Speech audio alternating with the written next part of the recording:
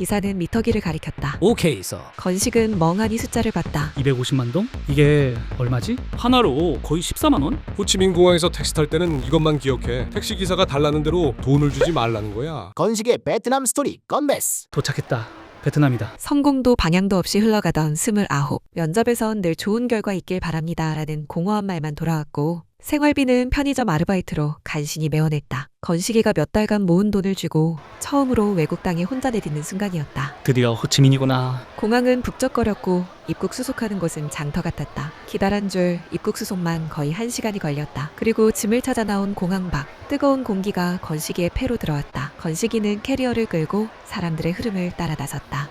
호치민 도심까지 어떻게 가더라? 베트남 오기 전 본 블로그 글을 떠올리며 건식이는 스마트폰을 켰다. 그러나 공항 와이파이는 끊겼고 유심은 아직 구매 전이었다. 호치민 공항에서 택시 탈 때는 이것만 기억해. 공항에서 나오면 왼쪽으로 간다. 파파이스 옆에 공식 택시 승강장까지 이동한다. 택시 회사 정복을 입은 직원의 안내를 받는다. 공식 택시인 비나선 택시나 마일린 택시를 탄다. 공식 택시는 더 있지만 이 둘만 기억하면 돼. 공식 택시가 아닌 택시도 있나요? 응, 사설 택시들이 있어. 그 택시 기사들은 초행길의 여행자들을 기가 막히게 잘 알아보거든. 그래서 공항에서 어리버리하면 그들의 타겟이 돼요. 못 모르고 사설 택시를 타면 나중에 바가지 요금 때문에 문제가 생겨서 피곤해질 수 있어. 택시 승강장으로 이동할 때 사설 택시 기사들이 호객 행위를 하거든. 모두 무시하고 지나치면 돼. 그리고 택시를 타기 전 반드시 택시에 붙여진 공식 택시 회사 로고와 전화번호를 확인해 주는 것도 잊지 마. 그럼 공항 밖으로 나온 후 왼쪽으로 돌아서 파파이스 쪽으로 쭉 돌진하면 되겠네요. 그래, 두리번 하지 말고 돌진하면 돼. 두리번 머뭇거리며 어리버리한 표정을 짓는 건식이에게 누군가 어깨를 툭 쳤다. 헬로 미스터 딱시미터 오케이 베리 치 퀵퀵 구구. 목에 이름표를 단 중년 남성이었다. 얼굴은 웃고 있었고 손짓은 능숙했다. 와 대박. 내가 택시를 찾는 걸 어떻게 알았지? 그렇게 건식이는 무심코 그의 손짓을 따라 택시로 향했다. 정식 승강장이 아닌 구석 주차장에 있던 낡은 흰색 차량. 약간 꺼림칙했지만 짐을 이미 실은 후라서 거절하기도 애매했다. 미터기도 있으니까 뭐 괜찮겠지. 건식이는 그렇게 스스로를 다독이며 창밖의 낯선 풍경을 멍하니 바라보았다. 오토바이가 물결처럼 지나가고 간판은 알파벳이지만 알 수 없는 베트남어로 가득했다. 처음 마주한 도시에 처음 맞는 공기. 불안함과 기대가 뒤섞인 감정이 목구멍까지 차올랐다. 30분 정도 달려 도착한 호텔. 기사는 미터기를 가리켰다. 오케이 서 건식은 멍하니 숫자를 봤다. 250만 동? 이게 얼마지? 정확히 떠오르지 않았다. 그저 베트남 화폐는 금액이 크다는 말만 어렴풋이 기억났다. 그는 별다른 의심 없이 현금을 꺼내 기사에게 건넸고 기사는 영수증 하나 없이 가볍게 웃으며 사라졌다. 그제야 이상하다는 생각이 들었지만 이미 떠나버린 택시에 더 이상 할 수 있는 건 없었다. 호텔에 들어와 체크인하고 로비에 앉으니 프리드링크로 시원한 음료가 주어졌다. 서비스된 음료를 벌컥벌컥 마신 후 가방에서 스마트폰을 꺼냈다. 자, 천동에 50원이니까 250만 동이면?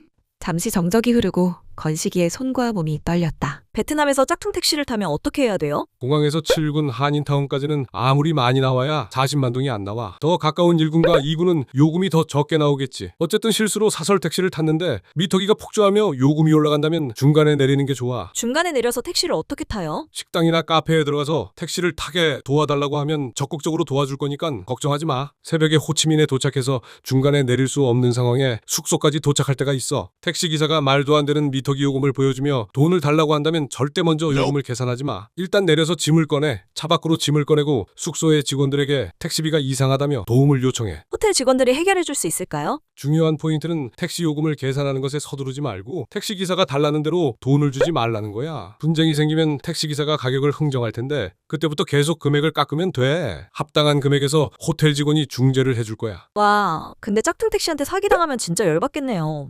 하나로 거의 14만 원? 건식이는 큰 소리로 혼자 말을 중얼거렸다. 그렇다. 건식이는 짝퉁 택시에게 사기를 당했다. 30만 동의 올거리를 250만 동을 낸 것이었다. 수치심, 분노, 허탈함이 동시에 몰려왔다. 괜찮겠지라는 말로 넘겼던 자신의 안일함이 더 밉게 느껴졌다. 진짜 오자마자 바가지 제대로 썼네. 건식이는 혼잣말로 중얼거렸다. 베트남에 오늘 도착하셨어요?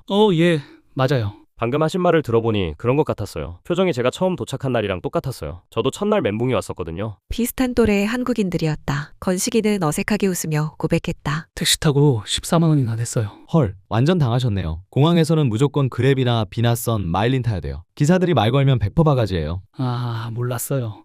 공항에서 덥고 정신이 없어서 제가 뭔가에 홀렸나 봐요. 저도 첫날에 코코넛 하나 먹고 10,000원 낸 적 있어요. 첫날은 무조건 당하는 건가 봐요. 셋은 작은 웃음을 나누며 서로의 어리숙했던 순간을 공유했다. 그 짧은 대화만으로도 건식이의 복잡한 마음은 조금 풀어졌다. 적어도 혼자 당한 게 아니라는 안도감. 저는 코비라고 해요. 유튜브 채널 코비TV를 운영하고 있어요. 우와, 그 유명한 코비TV요?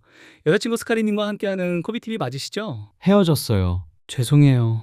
그들과 가볍게 담소를 나눈 후 건식이는 저녁을 먹기 위해 길거리 가판대 앞에 섰다. 메뉴판은 영어도 한글도 없었다. 건식이는 음식 사진을 가리키며 말했다. This one, what's the name? 부은자 you want? 아줌마는 관광객을 많이 상대하는지 유창하게 영어로 응대주었다. 환하게 웃으며 의자에 앉으라 손짓했다. 건식이는 어색하게 앉아 주변을 둘러봤다. 사람들의 표정은 밝았고 얼음컵에 맥주를 마시고 있었다. 주문한 분짜와 월남쌈, 타이거 맥주가 나왔다. 생전 처음 얼음 넣은 맥주를 마시며 입술을 적셨다. 처음엔 낯설었지만 더운 날씨엔 의외로 잘 어울렸다. 분짜의 고기 맛과 새콤한 국물, 신선한 고수향이 입안을 감쌌다. 와, 음식 가격도 싸고 맛있다. 그 순간만큼은 아까 당한 택시 사기도 잊을 만큼 행복했다. 이 낯선 도시가 조금은 따뜻하게 느껴졌다. 하지만 건식이는 몰랐다.